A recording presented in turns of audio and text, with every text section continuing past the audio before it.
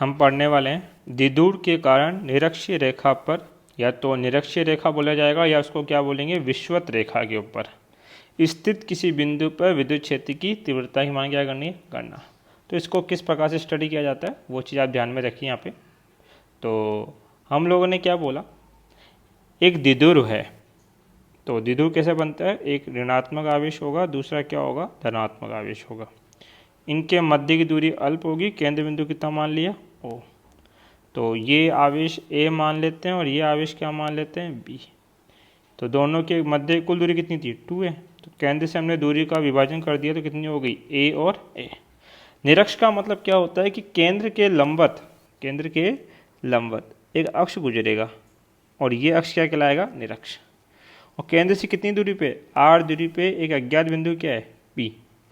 और हमें इस पी बिंदु पर इस द्विध्रुव के कारण क्या ज्ञात करनी है, विद्युत क्षेत्र की तीव्रता। तो तीव्रता ज्ञात करने के लिए अभी तो आपने एक ही सूत्र पढ़ा है कि यदि बिंदुवत आवेश कितना हो, Q, और उससे अगर आपके पास R दूरी पे एक बिंदु कौन हो, P हो, तो इस P बिंदु का विद्युत क्षेत्र की तीव्रता का मान कितना होगा, KQ बट्टे में क्या, R² आपके पास लिखा जाएगा। तो इसी प्रकार से बिंदु P है, इस P बिंदु से के आसपास कुल कितने आवेश है, 2। एक तो धनात्मक आवेश है, दूसरा क्या है, ऋणात्मक आवेश। धनात्मक आवेश के कारण विद्युत क्षेत्र किधर है, लंबवत भार की ओर। तो ये लंबवत भार की ओर कुछ इस प्रकार से होगा, और ये कितना विद्युत क्षेत्र होगा, ई ए। ये कौन हमने कितना मान लिया, थीटा। इसके हम क्या करेंगे, घटक बनाएंगे। तो देखो ये जेड दिख रहा होगा सबको, डेट इज जेड। अगर ये कौन थीटा है तो ये कौन भी कितना होगा, थीटा। और इसके सामने वाला भी क्या लिखा जाएगा, थीटा कौन लिखा जाएगा। तो घटक विभाजित करना आपको आता है। जिस अक्षात थीटा कोण बनेगा वो तो बन जाएगा ई ए कॉस थीटा, और जिस साथ नहीं बनेगा वो बनेगा ई ए साइन थीटा। ये तो धनात्मक आवेश के कारण हुए। अब जो ऋणात्मक आवेश है उसके कारण भी बिंदु पी के ऊपर क्या होगा, विद्युत क्षेत्र होगा, लेकिन वो विद्युत क्षेत्र किधर होगा, लंबवत अंदर की ओर होगा। और ये विद्युत क्षेत्र कितना होगा, ई बी। ये कौन भी कितना बता दिया हमने, थीटा। तो जेड बन गया, तो ये कौन भी कितना होगा, थीटा।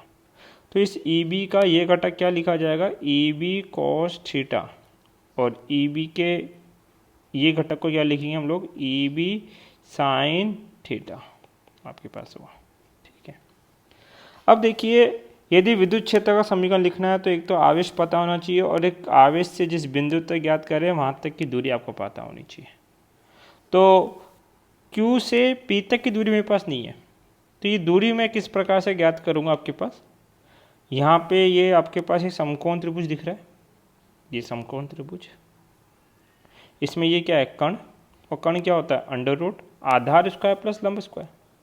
तो आधार कितना है आपके पास, a², लंब कितना है, r² आपके पास दिया हुआ है। ठीक है, तो यहाँ से -Q से P तक की दूरी भी कितनी होगी, ये दूरी भी कितनी होगी, अंडर रूट आपके पास a² प्लस ऑफ r², क्योंकि इसमें भी आधार कितना है, a, और इसका भी लंब कितना है, r है आपके पास। तो एक बात समझ में आई कि a और b पे विद्युत क्षेत्र का जो परिमाण आएगा वो समान आएगा। क्यों, क्योंकि जो विद्युत क्षेत्र है ये एक तो आवेश पे निर्भर करता है और दूसरा दूरी पे निर्भर करता है। तो a पे भी आवेश कितना है, q है, और b पे भी आवेश कितना है, q है। हाँ, प्रकृति अलग है, प्रकृति क्या बताएगी, दिशा बताएगी। ऋणात्मक आवेश के कारण लंबवत अंदर की ओर होगा, धनात्मक आवेश के कारण लंबवत बाहर की ओर होगा, लेकिन परिमाण तो समान है। और a से p तक की दूरी और b से p तक की दूरी क्या है, समान है। अर्थात हम बोलेंगे कि जो विद्युत क्षेत्र a का प्राप्त होगा वही विद्युत क्षेत्र b का भी प्राप्त होगा, और कितना होगा, k q बट्टा इनके मध्य की दूरी। तो a से p की लिख लो या a से b से p की रख लीजिए, दूरी कितनी है, under root a² plus r² का क्या लिखा जाएगा, होल स्क्वायर। स्क्वायर से अंडर रूट कैंसिल हो जाएगा, तो मान कितना आएगा, KQ बट्टा a² प्लस ऑफ r²। ध्यान देना इस बात के ऊपर। एक टर्म और हमें आगे चाहिए होगी कि इस त्रिभुज से हम किसका मान निकालेंगे, कॉस थीटा। कॉस थीटा क्या होता है, आधार बट्टे में कर्ण होता है। तो आधार कितना है, a, और कर्ण कितना है, under root a² plus of r² आपके पास है। ठीक है, ये किसका मान आया, cos थीटा। ध्यान देना यहाँ पे आपके पास कि ई ए साइन थीटा और ई बी साइन थीटा, यहाँ पे ई ए और ई बी बराबर है तो इसको हम लोग ई ए बी लिख सकते हैं। तो ये भी ई ए साइन थीटा और ये भी ई ए साइन थीटा, एक ऊपर की ओर दूसरा कहाँ पे, नीचे की ओर। तो हम बोलेंगे कि ई ए साइन थीटा और ई बी साइन थीटा परिमाण में समान है, मतलब दोनों के मान बराबर है, जबकि दिशा में क्या है, विपरीत। तो एक दूसरे को क्या कर देंगे, निरस्त। तो क्या लिखा जाएगा, ई ए साइन थीटा तथा ई बी साइन थीटा, जहाँ ई ए बराबर है किसके, ई बी के। तो दोनों परिमाण में समान है, दोनों परिमाण में समान, परंतु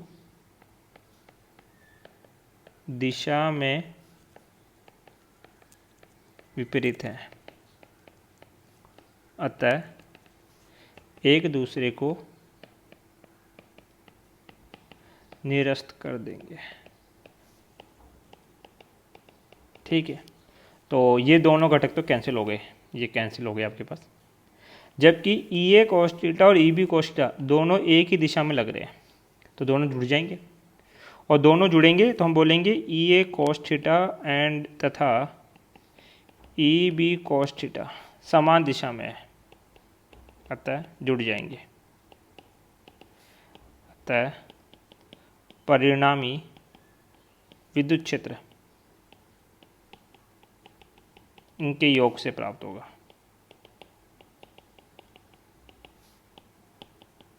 प्राप्त होगा। तो निरक्ष के ऊपर कहाँ निकाला हमने इस बार, निरक्ष के ऊपर जो परिणामी विद्युत क्षेत्र होगा वो होगा E A cos theta plus of E B cos theta. परंतु आपको पता है कि ई ए का मान बराबर है किसके, ई बी के, इसलिए इस ई बी को भी ई ए लिख देंगे। तो कितना हो जाएगा, E A cos theta plus of E A cos theta, total कितना हो जाएगा, 2E A कोस थीटा, जहाँ 2 as it is E A का मान, ई ए का मान कितना है आपके पास, के क्यू बटा ए स्क्वायर प्लस आर स्क्वायर, के क्यू बटा ए स्क्वायर प्लस आर स्क्वायर। घात कुछ भी नहीं है इसलिए घात कितनी मान ली, 1 गुणा कोस थीटा हम निकाल चुके हैं। कोस थीटा क्या होता है, ए बट्टे में under root A square plus R square, तो ए बट्टे में under root A square plus R square, और अंडर रूट को घात 1/2 से भी दर्शाते हैं आपके पास। अब देखिए जब आधार समान होते हैं घातें जुड़ जाती है, तो के क्यू इस 2 को मैं ए से गुणा करके लिख रहा हूँ, 2A बट्टे में ए स्क्वायर प्लस आर स्क्वायर, आधार समान घातें जुड़ेगी तो 1 + 1/2 होता है 3/2। आपने विद्युत विदुर पढ़ा है, P बराबर क्या होता है, Q गुना 2A। तो ऊपर जो ये Q गुना 2A इसको P लिख देंगे, के पी बट्टा ए स्क्वायर प्लस आर स्क्वायर के घात कितना आपके पास, 3/2। ये माना हमने ऐसा कि ए स्क्वायर बहुत बहुत बहुत छोटा है किससे, आर स्क्वायर से, तो ए स्क्वायर का मान कितना मान लेंगे, 0। तो मान क्या बचेगा, के पी बट्टे आर स्क्वायर के घात 3/2। घात पे घात, घातें गुणा होती है, 2 को गुणा करोगे 3/2 से, 2 से 2 कट जाएगा, घात कितनी बच जाएगी, 3। तो मान कितना आएगा, के पी बट्टे में क्या, आर क्यूब। ये आया निरक्ष पे विद्युत क्षेत्र का मान। अब इसका कौन सा रूप लिखना है आपको, सदिश रूप। तो सदिश रूप किस प्रकार से लिखा जाएगा, ई निरक्ष बराबर होगा के पी वेक्टर साइन माइनस आएगा बट्टे आर क्यूब।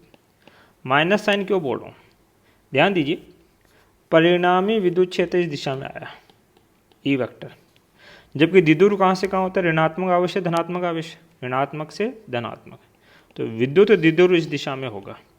तो पी वेक्टर और ई वेक्टर एक दूसरे क्या है, विपरीत, इसलिए हमने साइन क्या लगाया, माइनस का। ये बात इंपॉर्टेंट है, याद रखना, जब इसका सदिश रूप लिखो तो गलती मत करना। फिर विद्युत क्षेत्र और दूरी एक दूसरे क्या है, व्युत्क्रमानुपाती है। तो जब आप ई और आर में ग्राफ बनाएंगे तो ग्राफ कैसा आएगा, एक डिक्रीजिंग वक्र आएगा। ठीक, एक और चीज़ पढ़ लीजिए कि अक्षीय विद्युत क्षेत्र और निरक्षीय विद्युत क्षेत्र में संबंध क्या है, आपस में संबंध।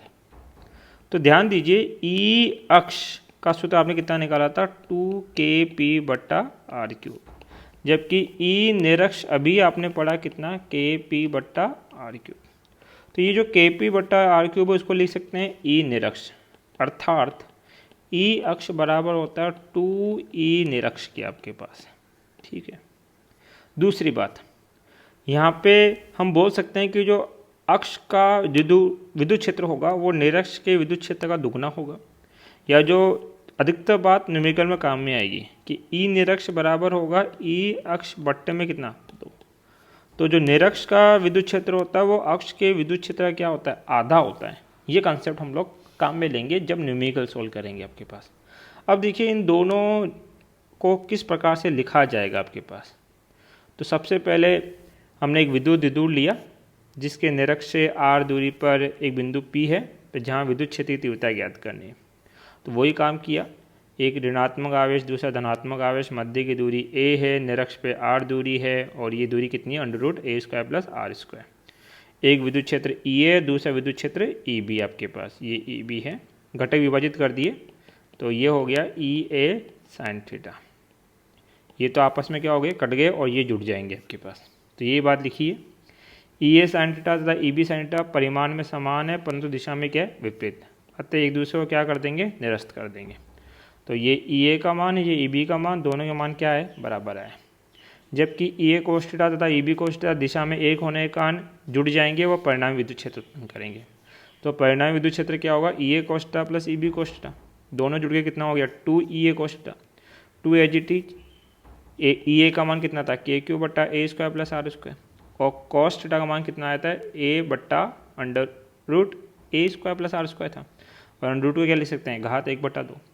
आधार समान घातें जोड़ दी गई है तो KQ 2a हो गया, ब्रैकेट a² + r² की घात कितनी, 3/2, कि 1 + 1/2 कितना होता है, 3/2। यहाँ मान लिया गया कि a² बहुत छोटा है किससे, r² से, इसलिए a² की वैल्यू कितनी हो जाएगी, 0। तथा q गुना 2a को क्या लिखते हैं हम लोग, p। तो ये आपके पास p लिख दिया जाएगा। तो k एज इट इज, इस मान को क्या लिख दिया हमने, p, और ये 0 हुआ। सोल्व करने पे क्या बचा, r² घात 3/2, घात पे घात घाती गुणा होती है। तो e बराबर कितना आ गया, kp बट्टा r³। सदिश रूप लिखा तो क्या आएगा, -kp बट्टा r³, kp vector upon r³, क्योंकि दिशा में एक दूसरे क्या होते हैं, विपरीत। ये इनके मध्य क्या निकाला आपने, संबंध। तो संबंध क्या निकाला था कि अक्ष का जो विद्युत क्षेत्र होता है वो निरक्ष विद्युत क्षेत्र क्या होता है, दुगुना, या फिर निरक्ष का विद्युत क्षेत्र अक्ष के विद्युत क्षेत्र क्या होता है, आधा। ये इनके मध्य क्या है, संबंध है आपके पास। ठीक है, थैंक यू।